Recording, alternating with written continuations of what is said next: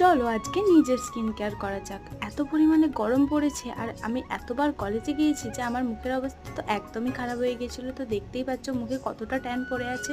তো বাড়িতে কি করে আমি এটাকে রিমুভ করে চলো সেটাই আজ তোমাদের সাথে শেয়ার করবো। আমি নর্মালি যে সমস্ত জিনিসগুলো ব্যবহার করি সেগুলো দিয়েই আমি ট্যান রিমুভ করব। তো প্রথমেই একটা সেটাফিলের ক্লিনজার নিয়ে নিয়েছি, সেটা দিয়ে খুব ভালোভাবে ক্লিন করে নিচ্ছি। ক্লিনজার মুখে অ্যাপ্লাই করার পর আমি অনেকক্ষণ মাসাজ করে নিয়েছি। এরপরে মুখটা না ধুয়ে তখনই আমি দিয়ে দেবো এম ক্যাফিনের একটা বডি স্ক্রাব।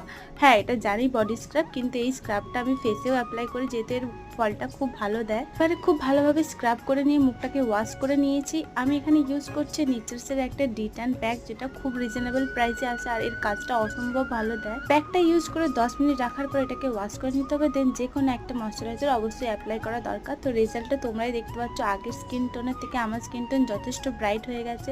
তো আজকের ভিডিওতে এতটাই থাক, দেখা হবে নতুন নতুন ভিডিওতে। আজকের জন্য টাটা।